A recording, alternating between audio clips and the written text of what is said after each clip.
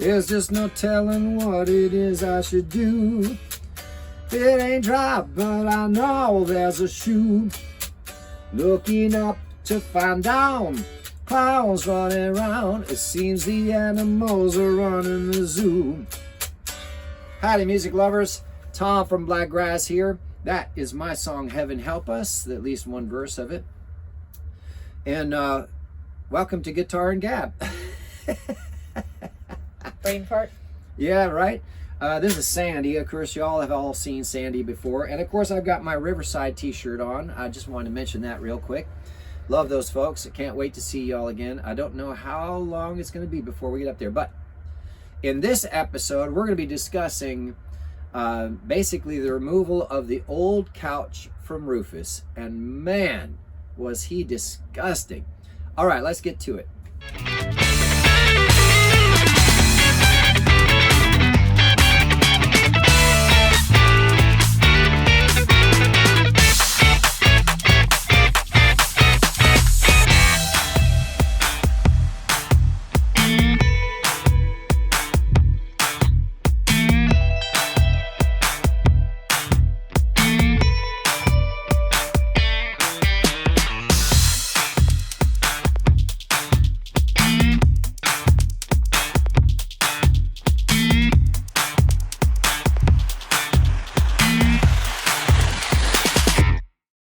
Howdy, y'all. Okay, so we took out the big couch out of Rufus. Now, if you don't remember, in one of our earlier episodes, we talked about how I took out the recliner chair that used to be behind this passenger seat. It was just big and taking up space, and we didn't really use it. I mean, literally, we had the printer sitting in it, and Hannah used to hide underneath it, actually, when she was scared at first, when we first came into Rufus. He'd start moving and she didn't know what that was, and she'd run under the chair, which is just funny because when we took that chair apart, there was nowhere comfortable to sit. I don't know how she sat under there and stayed under there for as long as she did. She would stay under there until she finally just got hungry. And then she'd come out and start begging for food. That or annoyed from the road bumps and look at you that one time. Oh man, that was funny. I wish I got that on video. We hit a place in Tennessee, a road in Tennessee, and the front of Rufus just started going boom, boom, boom. And she came out from under the chair and just kind of looked at me like, dude, can you stop that? I swear, that was exactly what she was thinking. Can you just stop it? So it was almost like she knew that I was in charge when I sit here and I'm steering the wheel, that's what's causing all the ruckus, right? So anyway, was it yesterday or the day before? I think it was the day before, wasn't it? When we did the couch? Yeah, it was the day before. 2 days ago we got it. 2 days ago. Oh man. Honestly, so let's finish talking about the chair. If you watch that video, you'll see me laying on the floor, pushing with everything I've got to try and break these bolts loose. It took everything we had. Well, you had to go down below, under Rufus, and I was the one on top trying to do it. So, of course, I'm not going to film myself. But the point is, you can watch all what happened with that chair. I was a little nervous about attacking this couch because of what happened with that chair. Now, because it was a recliner and it would rock, I guess they felt like they had to mount it to the frame. The good news with the couch was didn't have near so strong a mounting to which is actually, it's on the slide out. So it had to move. It couldn't be mounted to the frame. It had to be mounted to the slide out. And all they used were just a couple wood screws that were long. They were long like this, but that was it. And two of them, the heads had broke off. But then the question in my mind was, this couch is, big. 2 people comfortably, 3 people could sit on it if you squish. And a sleeper. Plus it's a sleeper. So it's got that heavy metal frame in there that folds out with a mattress, right? Well, the mattress you just fold up and take out the door. This is the only door we have. And it's just this wide, right? How did they get the couch in, let alone how am I going to get it out? So I was hesitant to attack this thing because once you start tearing it apart, there is no going back. Somebody doing dumpster. Yeah, it sounds like it. So once you start going at a project like this, it's going to look messy, and if you don't finish it, it's going to stay messy for a while, and that is not okay in a small space where you live all the time. We're constantly trying to make it look neater, trying to get places for things and put things so they're away, not just because of aesthetics and our own stress level, but because when he rolls down the road, things move, and you can't have stuff just laying loose. So for me, attacking this couch was kind of a multi-stress point, right?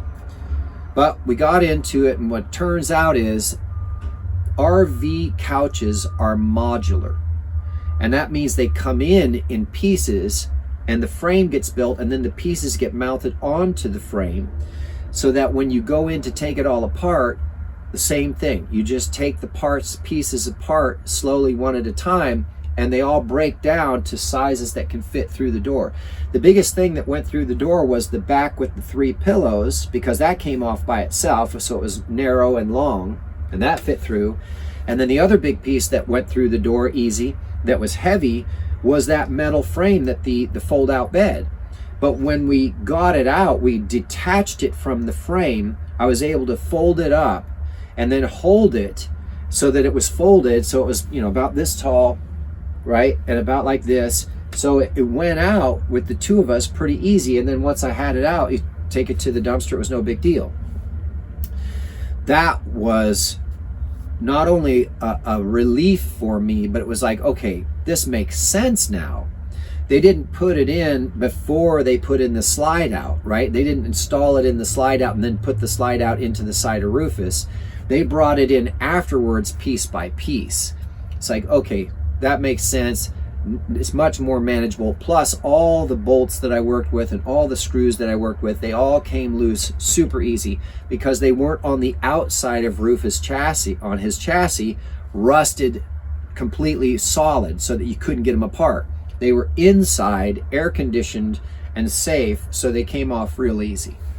So the couch came apart, and the bolts were easy, the screws were easy. The only thing was, it was disgusting. The people who had Rufus before us had dogs that lived in here. We had swept as best we could around places, but you can't always get to if it's bolted down. It was pretty gross. So we're like, we're sweeping and cleaning, and Martha's getting out the Swiffer and the vinegar and washed the floor like 5 times. But we did finally get it out. So now we have, instead of the couch, we actually have her great Nan's chair, which we've been hoping to finally recover.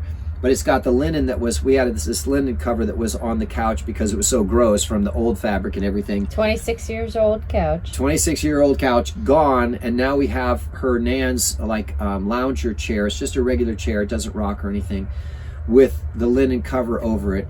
And we also brought back in Hannah's old stool, which she's actually sitting on right now, which was really cool, because both the chair and the linen and the stool that has basically it's like a footstool, but it's got a cubby hole that she can go in and hide if she wants to, and it's furry on the outside. When Martha put her pink blanket on top of that, they all smell like her. She hasn't seen those since we lived in California, and we moved to Texas, and we lived in Texas for years, and now we've been on the road for years. She hasn't seen them since we were in California, but she knew the smell instantaneously. Actually, the stool we had in Texas at the house, because with the computer, it was underneath. Oh, that's right, it was. We did, so it did have. That's right. Okay. I'm going to reupholster that, because it's just this weird furry thing that just doesn't look good. And well, it was cool when we bought it, but it's a dust catcher, yeah, and it just gets grimy. Yeah. The good news is, though, that Hannah immediately recognized that she's already sleeping on top of it and not on the linen, which is interesting, because she usually prefers the linen. She would always go to the couch with the linen. So now that space is all freed up for us to start getting, other units to store things. Now, there's a few things that are sitting on the floor right now because we just don't have a place to put them yet. But the cool thing is, those couches have seat belts. Because when you're driving, if you have kids and they're sitting on the couch, you got to seat belt them in according to regulations, right? We don't got kids. We don't have kids, but we also don't really care about what the regulations are. We just care what's safe. But the belts are still there, so we're using those belts to kind of strap stuff to hold it still, so when he goes down the road and hits bumps and stuff, that doesn't shake all over the place. So that's helpful. And then, now we see the space that we're working with, right? And we can decide, okay, well, if we buy something like this, or I make something like this, this will work over here, and I can put this over there, and this can go over there. It's so nice because there's way more room now walking through. In fact, there's so much more room that we're actually considering, when we tear Rufus all the way down to the frame and rebuild him the way we want to rebuild him, we may not put in a slide out. We may not, because we almost never use it. Now that may change if we decide that, because we are going to be staying at RV parks more often for a few days each week in between shows. So it'll be much more convenient if we have the extra space, but we haven't needed it. And we don't ever really entertain in Rufus. It's good friends come and say hi and then they leave, right? And if you're at an RV park, you'd probably want to sit outside anyway. It's going to be beautiful out. But anyway, so there you go. The couch is gone. As the wheels turn on Rufus is going really, really well now. We're starting to kind of pick up steam with Blakgraz and with Martha's books. And so it's making it possible for us to start, since he's running more consistently better, we're not scared about, can we make it to the next show? Now we're starting to look at our environment and go, it'd be really nice if we could do this. And, it'd be really nice if we could do that. And so now some of that stuff is actually starting to happen. So coming back to Texas and regrouping to be able to attack 2026 full on, head on, it was a wise decision. I think it was a good choice for us. And it's nice to see things kind of shaping up to be the way we want them.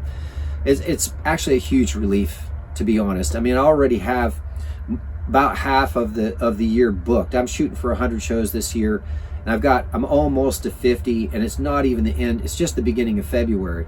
So I think I'll be able to get that 100 for sure before the end of February.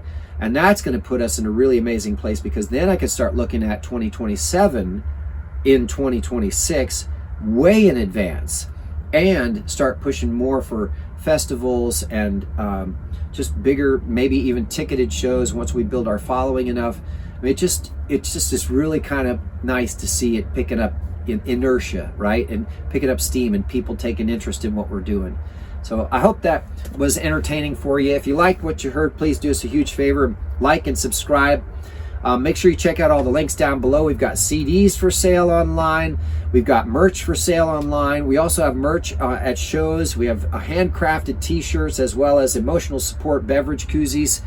But more important than anything, keep in mind, every time y'all watch a video, or you listen to a song, or you come to a show, or you buy a piece of merch, that helps Rufus and us keep rolling down the road to keep this growing. So I can't even begin to thank you enough for everything that everybody's been doing. Y'all are wonderful, and I can't wait to meet you at a show and shake your hand, look you in the eye, and say thank you. All right, everybody, see you next time. Have a great day.